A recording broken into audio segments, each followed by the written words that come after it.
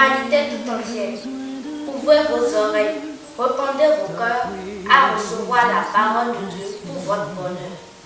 Les caractères spirituels des serviteurs de Dieu ne doivent-ils pas faire tâche dans nos rangs? Le deuxième texte de cette semaine se trouve dans le livre de Michée, en son chapitre 6, du 6e au 8e verset. Michée 6, 6 à 8. Examinons la parole de Dieu. Michée 6, 6 à 8. Avec quoi me présenterai-je devant l'Éternel? Pour m'humilier devant le Dieu très haut. Me présenterai-je avec des holocaustes, avec des veaux d'un an?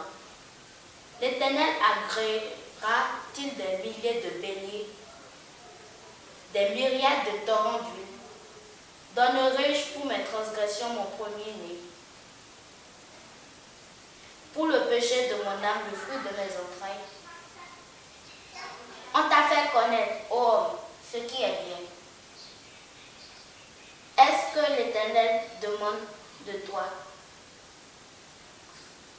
C'est que tu pratiques la justice, que tu aimes la miséricorde et que tu marches humblement avec ton Dieu.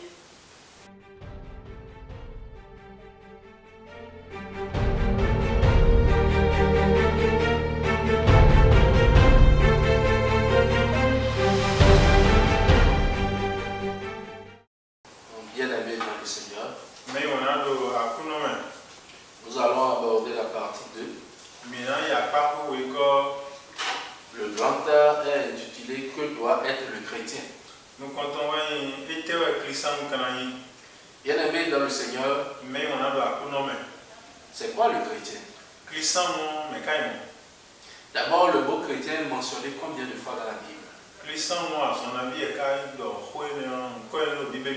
Le mot chrétien est mentionné 3 fois dans la Bible.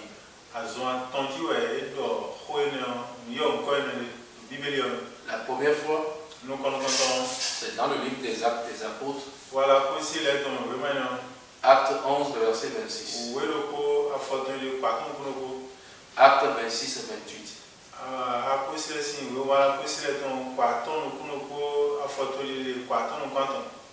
Acte 1 Pierre 4, 16. C'est dans ces 3 versets qu'est mentionné le mot chrétien. Donc le mot chrétien est mentionné 3 fois dans la Bible. C'est quoi un chrétien? Acte 11, 26.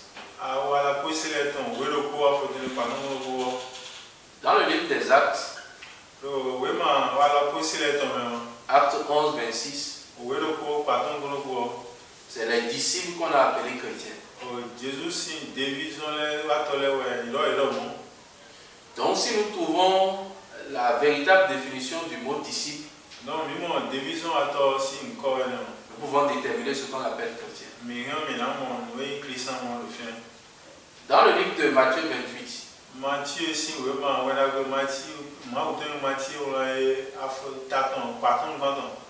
le verset 19, on dit, allez, faites de toutes les nations mes disciples, en les baptisant au nom du Père, au nom du Fils et au nom du Saint-Esprit. Donc, la mission du véritable chrétien, c'est le fait de baptiser les gens au nom du Père, au nom du Fils et au nom du Saint-Esprit. Bien-aimés dans le Seigneur, le chrétien n'a qu'une seule mission. C'est d'aller baptiser les gens au nom du Père, au nom du Fils et au nom du Saint-Esprit. Bien-aimés dans le Seigneur, on ne donne que ce que l'on a. Ce que tu n'as pas, tu ne peux pas donner ça. Bien-aimés dans le Seigneur, pour que nous devenions fils de Dieu, il a fallu que Dieu même se nomme fils. Pourquoi Dieu s'est nommé fils? Avait-il besoin d'être fils? C'est parce qu'il a compris quelque chose. C'est parce qu'il veut quelque chose. C'est parce qu'il est venu pour une mission. Et cette mission, c'est la mission du péché spirituel. Donc, il est venu pour cette mission. Et pour cette mission, nous avons besoin du sacrificateur céleste. Hébreux 5, le verset 1. Nous avons besoin du médiateur qui représente le sang. 1 Timothée 2, le verset 5. Mais comme Dieu a compris que sur cette terre, nous tous nous sommes impurs, il est descendu. Et il a joué le rôle de fils de l'homme et de fils de Dieu. Est-ce que Dieu meurt? Dieu ne meurt pas. Mais Jésus est mort. Mais pourtant il est Dieu. C'est pour cela que nous devons comprendre les entités de Jésus. Donc, bien aimé dans le Seigneur, je reviens sur le verset de base du mot chrétien.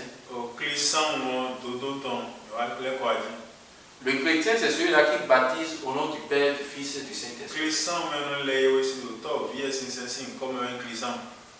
Maintenant, le baptême du Père, c'est la repentance selon Dieu et envers Dieu. 2 Timothée 2, 25.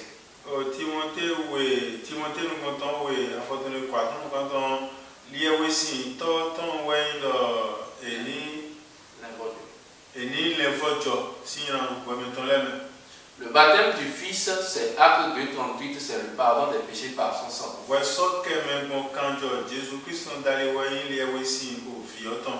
Et le baptême du Saint-Esprit, c'est la réception du Saint-Esprit. Pour que Dieu pardonne le péché, qu'est-ce qu'il faut? Il faut le sang.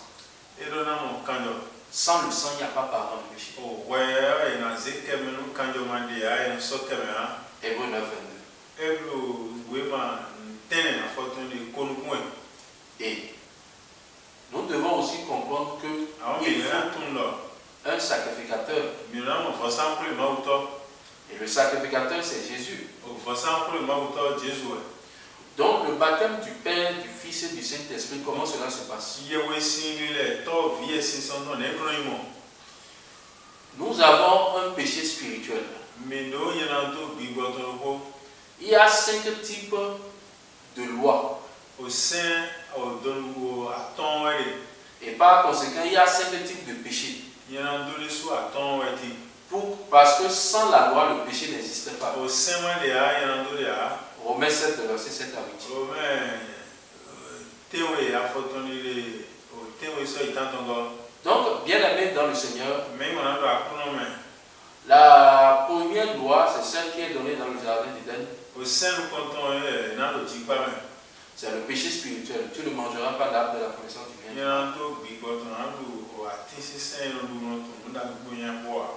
La deuxième loi, c'est la loi des péchés charnels.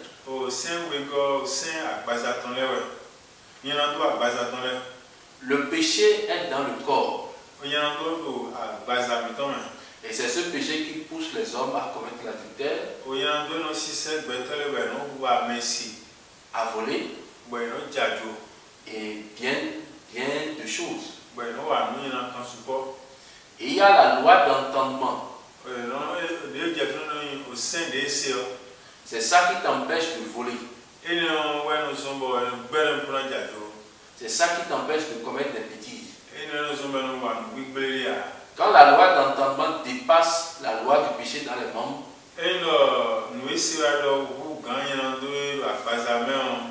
tu as lutté contre le péché charnel.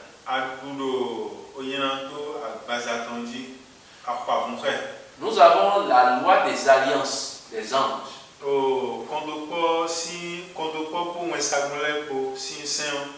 Acte 7, 53.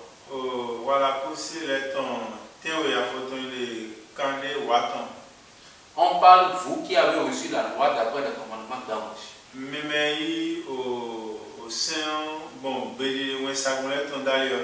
C'est cette loi qui se passait au temps du peuple d'Israël.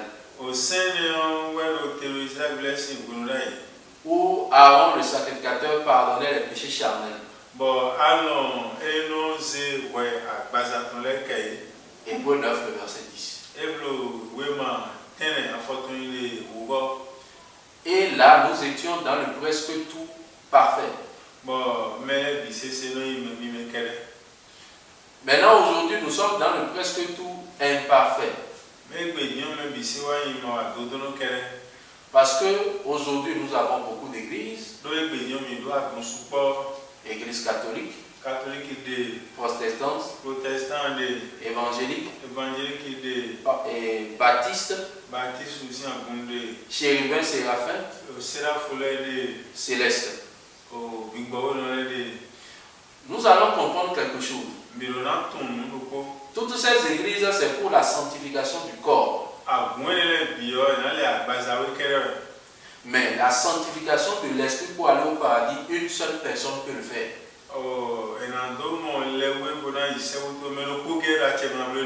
Jean 14, le verset 6. Je suis le chemin, la vérité et la vie. Sans moi, nul ne peut aller au Père. Donc, bien aimé dans le Seigneur, il est bon d'aller à l'église. Il est bon d'avoir la délivrance charnelle. Mais la loi qu'il y a dans les églises, c'est la loi des anges. Mais aucune loi des anges ne peut amener quelqu'un au paradis. La seule loi qui peut t'amener dans le royaume des cieux, c'est Romains 8:2. C'est la loi de l'esprit de la vie. C'est là où beaucoup de personnes sont dans la confusion. Je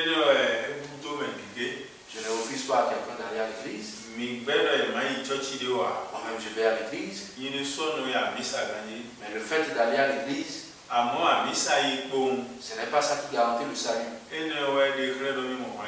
Aller à l'église, c'est la pratique des œuvres dignes de la repentance. Donc, le véritable chrétien, c'est celui-là qui baptise au nom du Père, du Fils et du Saint-Esprit. Nous avons dit tout à l'heure que le baptême du Père, c'est la repentance. Le baptême du Fils, c'est le pardon des péchés. Et le baptême du Saint-Esprit, c'est ça qu'on reçoit après ces deux processus.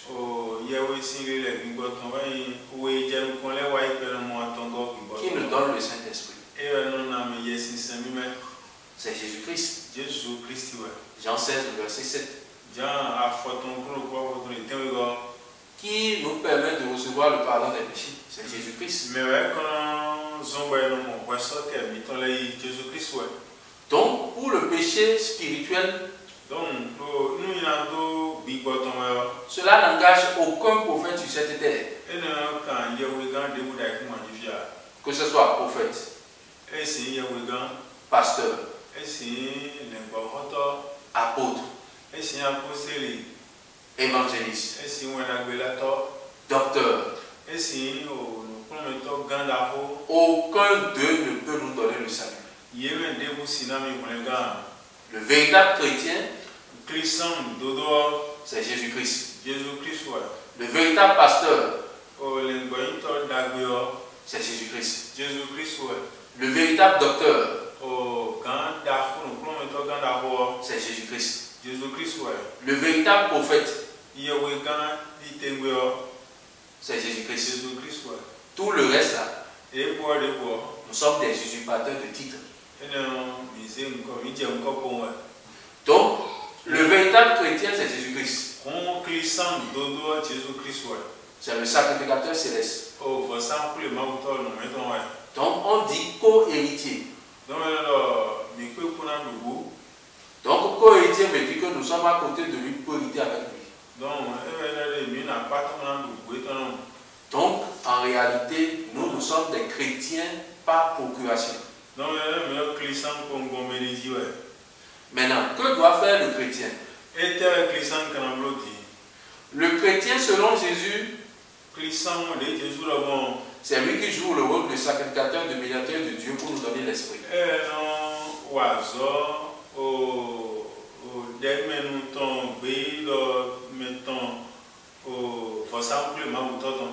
Maintenant, le chrétien par procuration,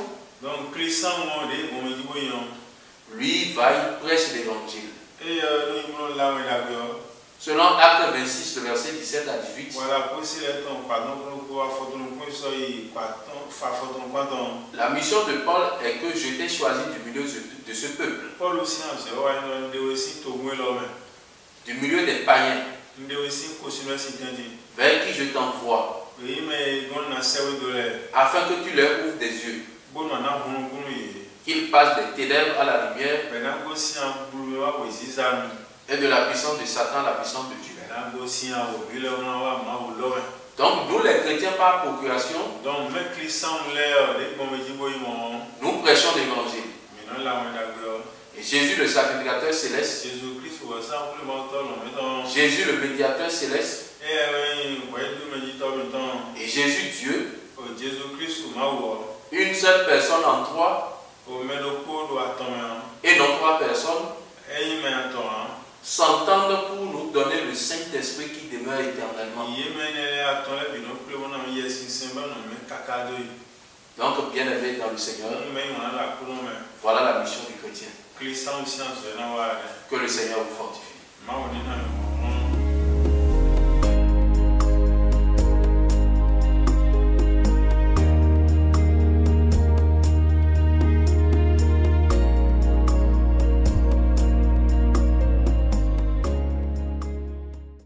Merci de nous avoir suivis. Aimez, partagez et surtout, n'oubliez pas d'activer la cloche de notification. Merci et à bientôt.